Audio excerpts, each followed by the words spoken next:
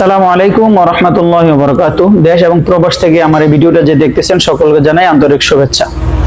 তো ফ্রি ভিসায় আসলে এই দেশে কি লাভ বা কি ক্ষতি, বা ফ্রি ভিসায় আপনার কত খরচ হয় প্রত্যেক মাসে, আর কোম্পানি আন্ডারে আসলে আপনি কত খরচ প্রত্যেক মাসে কত খরচ হয় সেই হিসাবটা আজকে আপনাদেরকে দিব ইনশাআল্লাহ।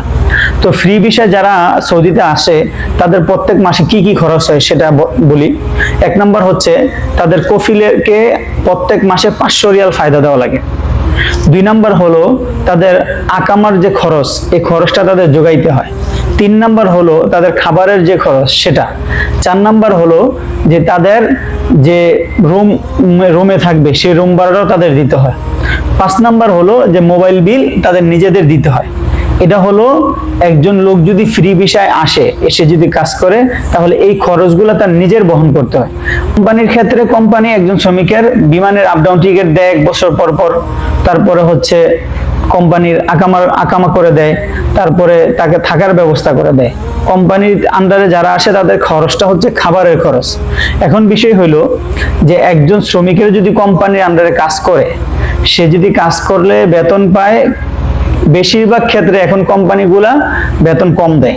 কেউ 500 রিয়াল পায়, কেউ 550 পায়, কেউ 1000 পায়, কেউ 1500 পায়। তো একজন কোম্পানির আন্ডারে কাজ করা ব্যক্তি যদি 500 রিয়াল থেকে আমি ধরি যে 500 রিয়াল বেতন পায়, তাহলে তার মাস শেষে খাবারের খরচ আর হচ্ছে মোবাইল বিলেই চলে যাবে 400 টাকা, থাকবে তার 100 টাকা।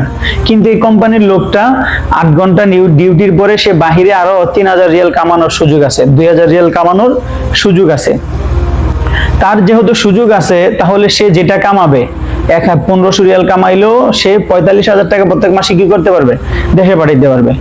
এর বিপরীত দিকে যদি আপনি চিন্তা করেন যে ফ্রি ভিসায় আসলো, এই ব্যক্তির যদি রুম ভাড়া হয় প্রত্যেক মাসে 200 রিয়াল, খাবারের খরচ যদি লাগে 300 রিয়াল, তাহলে কত হইলো 500 রিয়াল।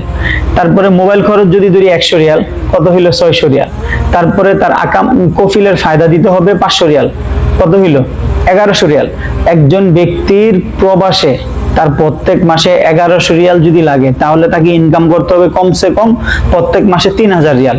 বর্তমানে সৌদিতে কাজের যে সংকট, এই সংকট অবস্থায় 3000 রিয়াল ফ্রি ভিসায় এসে কামানো, এটা যে কতটা কঠিন এবং কতটা অকল্পনীয় বিষয়, এটা যারা সৌদিতে আছে একমাত্র তারাই জানে। আমি কাউকে বলতেছি না যে আপনি সৌদিতে আসবেন না, তবে কোম্পানির আন্ডারে আসলে যে লাভ, সেটা ফ্রি ভিসায় এসে কোনো লাভ নেই। এজন্য যারা সৌদিতে আসতে চান তারা চেষ্টা করবেন যেন কোম্পানির আন্ডারে আসেন, চাই সেটা আপনার অল্প বেতন হোক। যদি আসতেই চান সৌদি আরব, তাহলে কোম্পানির আন্ডারে আসার চেষ্টা করবেন। আর ভিডিওটা যদি আপনাদের উপকারে আসে, অবশ্যই ভিডিওটা শেয়ার করে দিবেন, আমার ফেসবুক পেজটি ফলো করে দিবেন এবং আমার চ্যানেলটা সাবস্ক্রাইব করবেন। আসসালামু আলাইকুম ওয়া রাহমাতুল্লাহি ওয়া বারাকাতুহু।